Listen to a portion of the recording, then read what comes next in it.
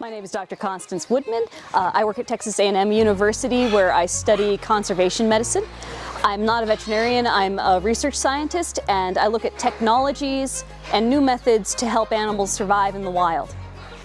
There's two kinds of innovation that I work with. One is methodological innovation, so like working with animal behaviors in the wild, new ways to provide foods to animals who might be releasing. And the second is technologies to increase our information about wild animals, as well as increase the health of animals that we're keeping in captivity for conservation purposes.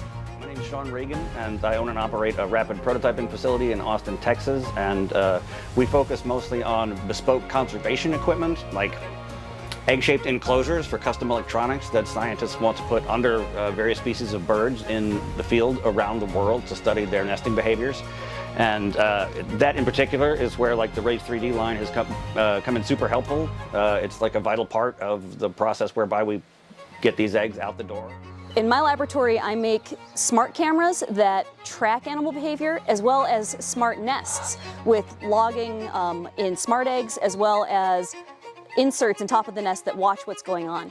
So I was hoping to show you guys today some of the smart eggs I make and how Raise3D has helped me and why rapid prototyping is so critical to my ability to take data. The thing about our egg application is that, you know, the finished egg has got to fool a bird. It's come apart in the middle.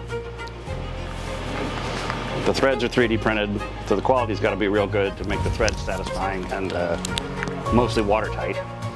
But then you get them printed and you got to deal with the layer lines. Okay, so our customers are all scientists who have particular bird species in mind, and they come from all over the world. And so the size and the shape of the egg can vary dramatically based on the species that they're studying, right, and that they have to fool. And the other thing that can vary is the payload. So we have done some of our own research with a particular payload, but we've had scientists in New Zealand, California, and the South Sandwich Islands that have their own instruments that they want to put in the eggs.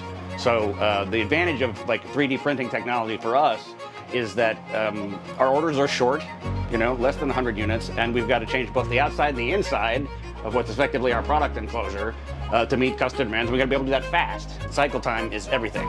And, you know, this is the fastest 3D printer on the market today that I know of.